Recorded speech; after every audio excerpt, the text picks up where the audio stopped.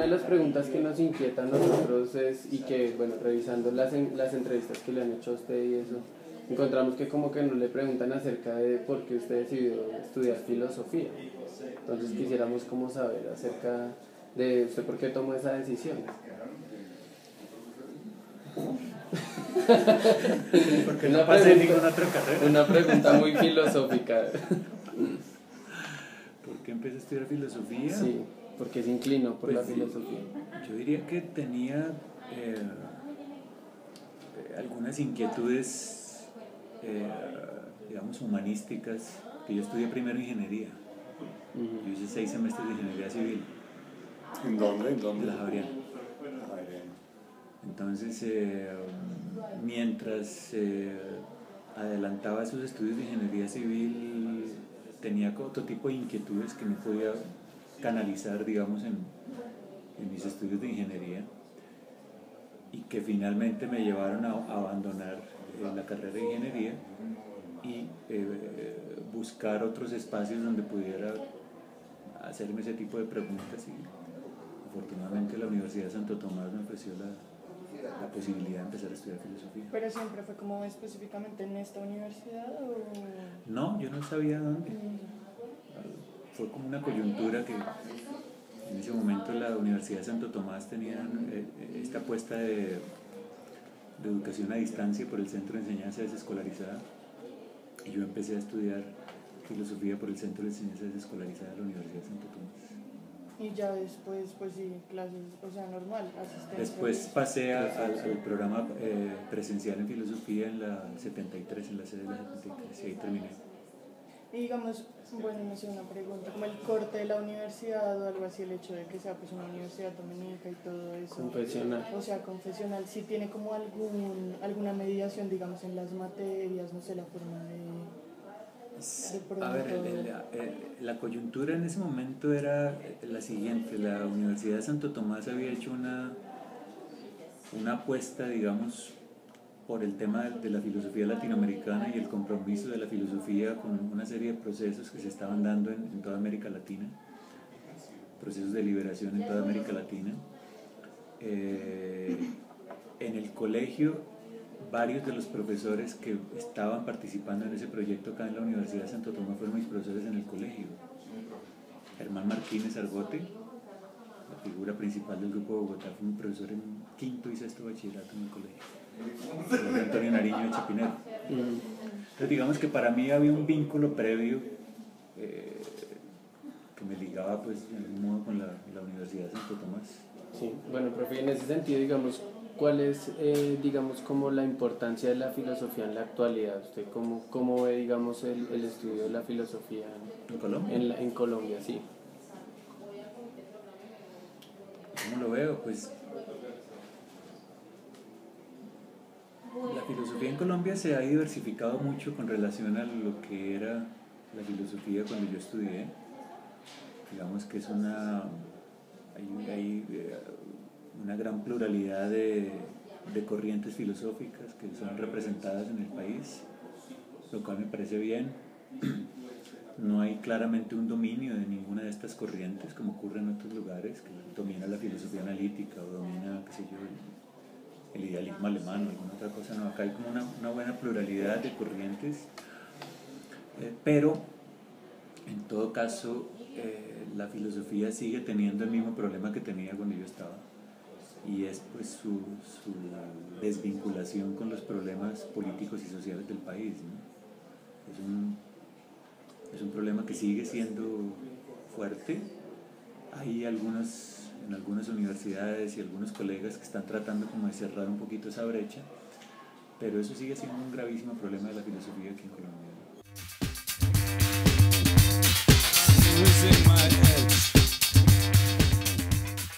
De la filosofía política es como la filosofía social, la filosofía sociopolítica. Yo vengo pues de la línea de la escuela de Frankfurt, estudié en Alemania, en Frankfurt, y entonces pues traigo toda esa vertiente que vincula la filosofía con las ciencias sociales, y lo traigo pues es de formación. Entonces yo me muevo cómodamente, digamos, en ese intersticio de la filosofía con las ciencias sociales, sobre todo con la historia. Bueno, aparte de Foucault, digamos, ¿cuáles son como los autores paradigmáticos que se están moviendo ahorita en Latinoamérica y en Colombia, por así decirlo? En el campo de la filosofía política. Sí, y en el campo, en la corriente en la que usted se inscribe. Bueno, Foucault ha ganado mucha coyuntura en los últimos años, ¿no? Cuando yo estudiaba, Foucault era un autor desconocido, prácticamente no formaba parte de ninguna discusión filosófica a nivel local. Fue apenas estando yo en Alemania que ¿Los 80s? yo estudié acá en los 80, sí. Fue apenas en los 90 cuando yo estaba en Frankfurt que Foucault, a raíz de ese diálogo fallido con Habermas, entendí la importancia de un autor como Foucault. Y hoy en día, no solamente en Colombia, sino en casi toda América Latina, Foucault es un autor supremamente importante. Además de Foucault, en el campo de la filosofía política específicamente, yo diría que hay otros autores que han venido, que se vienen sintiendo con fuerza. Rancière, por ejemplo, me parece que es un autor que está teniendo buena discusión en Colombia y en América Latina en general. Personajes como Hannah Arendt también últimamente vienen pisando fuerte. Y lamentablemente seguimos adoleciendo pues de ese poco eurocentrismo de las visiones que impiden que haya teóricos latinoamericanos que pueden hacer aportes muy importantes, pero que en el campo de la filosofía política son excluidos, son invisibilizados. Pienso en el caso de Ernesto Laclau, fundamentalmente Enrique Dussel y Boaventura de Sousa Santos, que me parece que ahí entre esos tres hay unos aportes en términos de teoría política que serían importantes para las discusiones de la filosofía política, pero que lamentablemente en Colombia son llevados al campo de las ciencias sociales, en esa división un poco arbitraria que establecen los filósofos entre la filosofía y el resto, ¿no? Entonces del resto se ocupan las ciencias sociales y lamentablemente estos teóricos caen en esa vertiente del resto.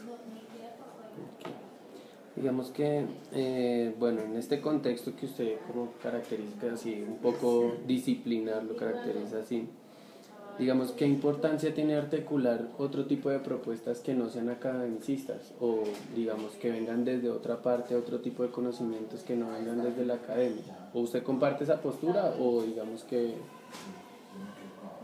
no la comparte? Pues mira, a nivel político la comparto, ¿sí?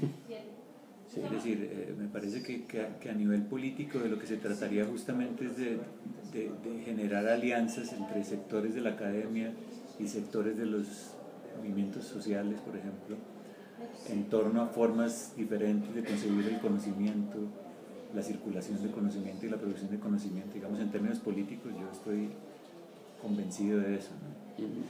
En términos universitarios la cuestión es más difícil, ¿no?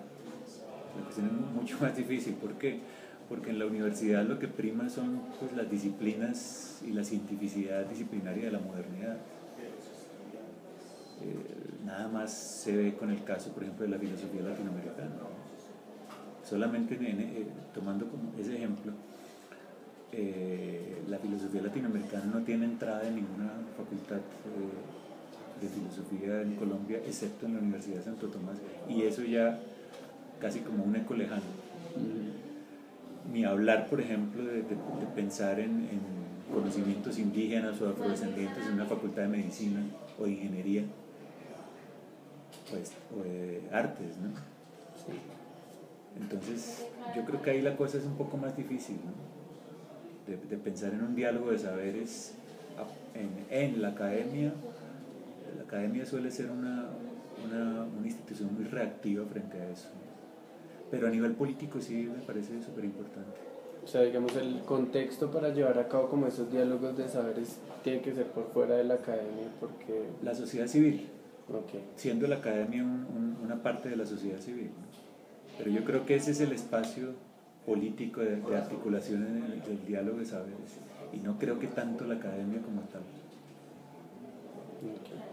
Porque sí hay algunas propuestas, digamos, de algunas de esas personas que se inscriben, digamos, en un pensamiento que podría llamarse de alguna forma de colonial, como digamos lo es Silvia Rivera Cusicandi. Ella, pues digamos que tiene como una forma de pensamiento que no se inscribe solamente a hacer análisis, digamos, discursivos de los textos, sino que exista, digamos, como algo más allá, como digamos que la configuración de sentido de esas personas no la es solo la escritura, sino también la imagen. Entonces digamos que la postura de ella es muy proponer, digamos, una sociología de la imagen o cosas en ese sentido. Entonces mi pregunta, digamos, va dirigida hacia si todavía sigue siendo como la escritura ese configurador de sentido principal, o podría tender la sociología, la filosofía o los estudios de ciencias sociales a estudiar este otro tipo de formas de representación pues simbólicas, sí, para algunos grupos. Pues sin duda que hay cierta apertura a discutir propuestas como estas, pero institucionalmente, pues ¿cuántas cátedras de Silvia Rivera Cusicandi tienen ustedes en Santo Tomás?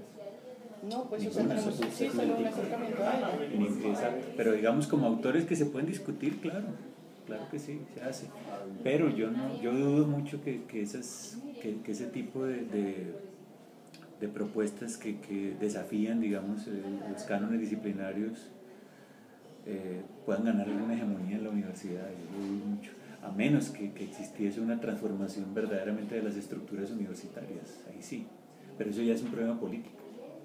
Otra vez, ¿no? Y digamos, bueno, en ese sentido, ¿hay en alguna parte en que usted está explicando, digamos, en un artículo que se llama La virus del punto cero, descolonizando la universidad, que usted dice una parte como, bueno, de planteamientos de pronto que hizo Wallenstein, o que de pronto usted está hablando también de Lyotard, que se le ocurriría como un tipo de universidad en el que la persona que ingrese pueda escoger como las materias pues que quisiera, como armar su propio, por decir, no sé, programa. Entonces mi pregunta era como en qué punto y qué podría organizar, digamos, el trabajo o la organización de las profesiones, o cómo se haría la organización posterior al paso por una universidad en ese sentido, si se construyera así. Claro. Bueno, esas reflexiones tenían que ver con una especie de horizonte de lo que pudiera ser, sí, la universidad en términos ideales, ¿no? Porque en términos reales, pues esto lo organiza el mercado, ¿no? Sí. Y entonces el mercado necesita las disciplinas, las especialidades, necesita las experticias y las competencias que le permiten a una persona inscribirse en el mercado. De tal manera que propuestas de corte tan transdisciplinario y tan desafiantes frente a los cánones, y lo que vemos hoy en día es justamente la mercantilización de la universidad, ¿no? La dificultad cada vez más grande que tienen propuestas como estas para instalarse en la universidad, instalarse hegemónicamente en la universidad, ¿no? Sí. Instalarse como lecturas, lo que les digo, eso está.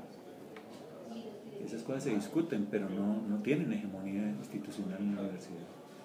Ni creo que la vayan a tener en algún momento cercano, ¿no? Sí, bueno, ya ahí, digamos, como apartándome un poquito de ese tema, habíamos discutido en clase, bueno, en las reuniones, como ese paso que dan los autores, digamos, como Foucault, de unos estudios más epistemológicos a ver, digamos, como ya, digamos, biopolíticamente algunos fenómenos.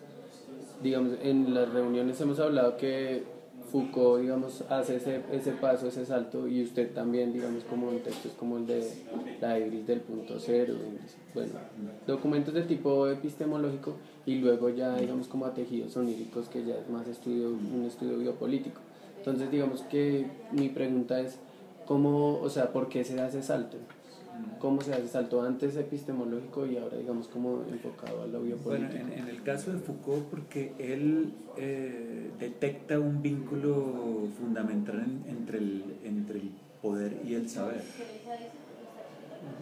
De tal modo que una reflexión de corte epistémico, producción de saberes y conocimientos, necesariamente tiene un anclaje en las relaciones de poder, y por eso para Foucault resulta fácil hacer el switch entre digamos, una reflexión epistemológica y una reflexión social, ¿no? Pero lo primero es haber detectado ese vínculo genético entre la verdad y el poder, entre el poder y el saber, y eso es lo que a él le permite eso. Él es un pionero, digamos, en ese tipo, ¿no? Podría decir, bueno, ya Marx había visualizado algo similar, pero no con la precisión y la claridad con que lo vendría a formular Foucault. Bueno, profe. Digamos que hay un concepto en su obra que es el de herencias coloniales, y me gustaría saber, digamos, cómo se articula con sus investigaciones en genealogía. El concepto de herencias coloniales viene, no es mío, es un concepto que se viene articulando desde las teorías postcoloniales como desde los años 80, básicamente. Y que es trabajado de forma diferente por muy diferentes autores, tanto en América Latina como en otros lados, ¿no? En mi caso particular, yo creo que conceptualizar las herencias coloniales y hacer un análisis histórico de las herencias coloniales es importante, porque sin eso resultaría difícil entender los procesos de modernización en Colombia. Es decir, yo defiendo la tesis que la defienden otros colegas también de modernidad-colonialidad, de que los procesos de modernización vienen de la mano en América Latina con las herencias coloniales. Más aún, yo voy más allá y digo, los procesos de modernización pasan por la grilla de inteligibilidad de las herencias coloniales, de tal manera que uno no puede entender la modernidad sin la colonialidad en estos países. Por eso para mí, a mí me resulta importante hacer análisis históricos, genealógicos, como los llamo yo, del modo como las herencias coloniales se han emplazado y se han transformado en la historia de Colombia.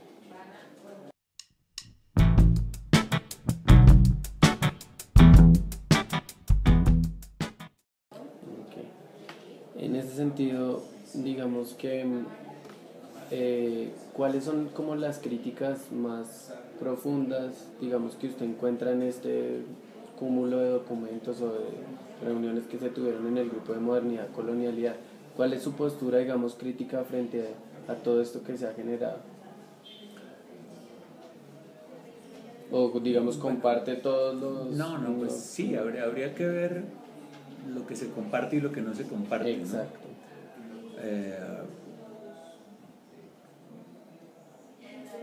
Esto ya es más de largo aliento esto, pero déjeme resumirlo. No, tranquilo. Lo que se comparte, yo diría, es por un lado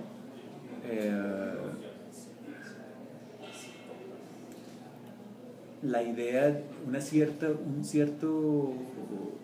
sospecha frente a lo que han sido las ciencias sociales en esta región del mundo. Unas ciencias sociales básicamente inspiradas en reflexiones europeas, en sociólogos europeos, que han pretendido trasladar mecánicamente ciertos modelos de análisis considerados universales a todos lados, ¿no? Entonces están los beberianos, los durkheimianos, todas las tendencias de las ciencias sociales y los modelos de las ciencias sociales que pretenden tener validez con independencia de las historias locales en que fueron producidos esos modelos. Entonces, eso yo me identifico mucho con esa visión que comparto con Quijano, con Dussel, con Escobar, con Fogel, con Walsh, con todos ellos, de que es necesaria una revisión crítica de las ciencias sociales, impensar las ciencias sociales, como dice Wallerstein, en América Latina, y eso significa entonces entender que esos modelos de análisis deben ser no rechazados, no se trata de rechazarlos, sino se trata de complementarlos con lo que hablábamos ahora, con un análisis del modo como las herencias coloniales se han venido dando en esta parte del mundo, y no igual en toda esta parte del mundo, sino diferencialmente en distintas regiones, distintos países. Entonces, esa es una cosa que se comparte, que yo comparto fundamentalmente. Otra, hay un proyecto político ahí que se comparte, ¿sí? Y yo lo formulo hoy en día como un proyecto político por una suerte de democracia intercultural. Lo mismo, los modelos políticos que han sido válidos y hegemónicos acá son modelos políticos fundamentalmente anclados en el liberalismo, ¿sí? Donde lo que valen son los derechos individuales, lo que vale es la, exacto, la propiedad individual, ¿sí?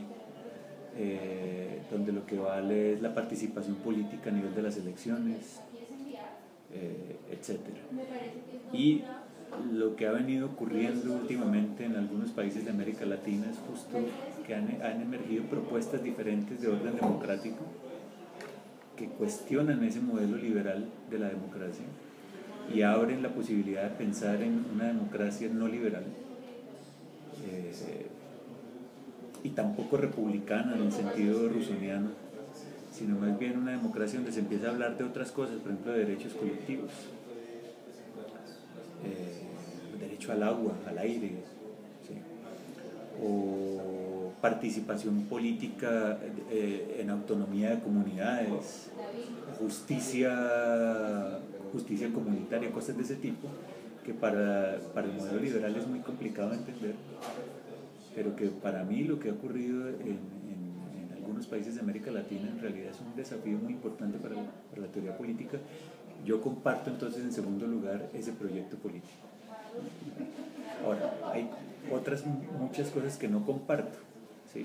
Que, sobre todo a nivel del tratamiento teórico que se le dan a algunas cosas. Y eso es normal porque todos venimos de lados distintos. Yo vengo de la filosofía, soy filósofo. Grossfogel es sociólogo.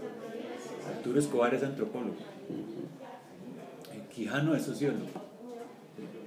Entonces, ya que ustedes acá son sociólogos, yo sí no comparto cierta visión sociologista de los problemas.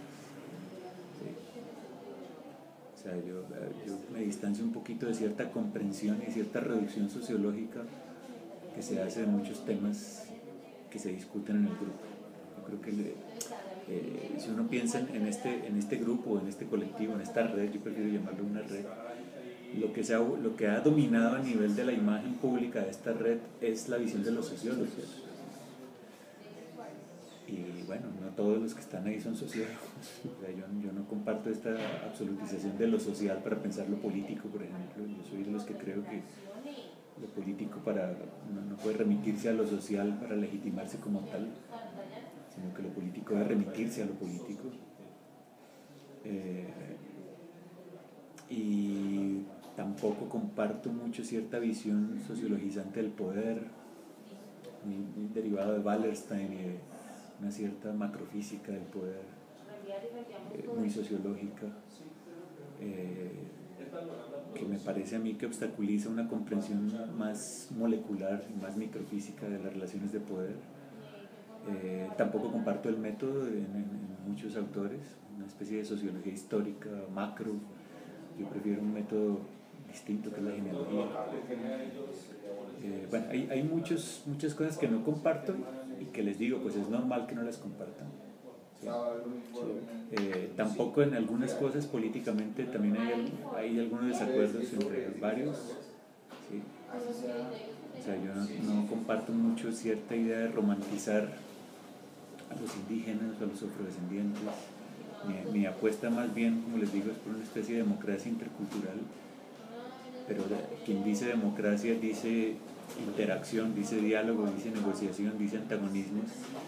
O sea, yo me alejo de cualquier tipo de sustancialización de la cultura o cualquier tipo de esencialismo cultural. Entonces sí hay diferencias, ¿no? ¿Y este grupo aún siguen trabajando? ¿Esta red aún sigue trabajando? Sí, hay gente que entra, que sale, esto se sigue moviendo. Bueno, en ese sentido también teníamos como otra preguntita acá, que es, digamos, su postura frente a las epistemologías situadas. Entonces queríamos como indagar un poco acerca de su postura frente a esto de las epistemologías situadas. Bueno, toda la epistemología es situada. O sea, quien dice epistemología dice lugar de enunciación. Sí. O sea, yo no creo que haya epistemologías no situadas. Sí, es como más referido, digamos, a la construcción eurocéntrica del conocimiento y, digamos, como a la postulación de reconocer el lugar de enunciación Claro. de los discursos. Sí, digamos que esta idea de una epistemología no situada, de un punto cero, como yo lo llamo, tiene que ver con lo que podríamos llamar el proyecto ilustrado, el proyecto ilustrado, el proyecto epistémico ilustrado, que remite el conocimiento a una instancia fundante que es el sujeto. Un sujeto que no tiene vínculos con ningún lugar, un sujeto que es trascendental frente a las historias locales y a los lugares de enunciación. Digamos, uno podría hacer la genealogía de esta idea de una epistemología no situada ahí, en la idea moderna del sujeto. Ahora, una vez que nos desembarazamos de esto, y creo yo que esto ha sido uno de los grandes logros del postestructuralismo, haberse desembarazado de esa noción abstracta del sujeto, me parece que ahí quedó abierto un campo por el que entran todas estas corrientes, como los estudios culturales, los estudios postcoloniales, los estudios de género y los estudios decoloniales, que son los que cuestionan justamente esta idea de la existencia de una epistemología no situada.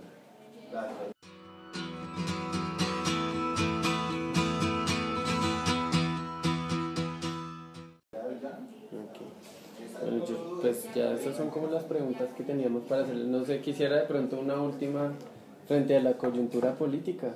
Sé que ¿qué opina de lo que pasó, de lo que está pasando? Las elecciones de ayer. Pues miren, uno mira las redes sociales y lo que yo veía era un pesimismo casi que mesiánico, ¿no? Esta mañana o anoche que miraba yo en algunas de las redes sociales, de que todo se perdió, de que acá esto se lo llevó la derecha. Y la verdad yo no creo. Yo no creo mucho eso. Yo, como les digo, yo apuesto mucho por el tema de la democracia, y la democracia supone la ausencia de certezas. O sea, no puede haber democracia donde existen certezas. ¿Sí? La democracia es justamente la ausencia de los marcadores de certeza. Entonces lo que uno ve es coyunturas, cambios, modificaciones, pero nunca el triunfo definitivo de nada. Uno puede mirar las cosas de otro modo también. Por ejemplo, la votación positiva que tuvo el Polo Democrático. ¿Sí? El compromiso que tiene mucha gente alternativa en la sociedad civil, que no necesariamente fueron a votar.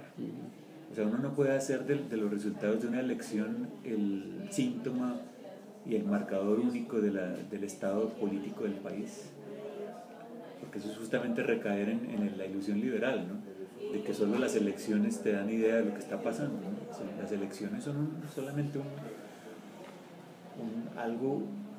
momento pues de la situación política total, pero no son el marcador exacto de lo que está ocurriendo. Entonces yo no tengo razones para ser tan pesimista. Ahora, lo que se viene, ya limitándome a la cuestión de la segunda vuelta y todo esto, pues ahí vendrán a jugar las alianzas y quizás el miedo en algún sector de la población, el miedo a la guerra y el miedo a la perpetuación del conflicto, y eso pueden ser factores que puedan decidir quién va a ser el presidente. Pero eso amanecerá y veremos. Amanecerá y veremos, digo el cielo. Bueno, profe, muchísimas gracias. Un placer. Santiago, muchas gracias.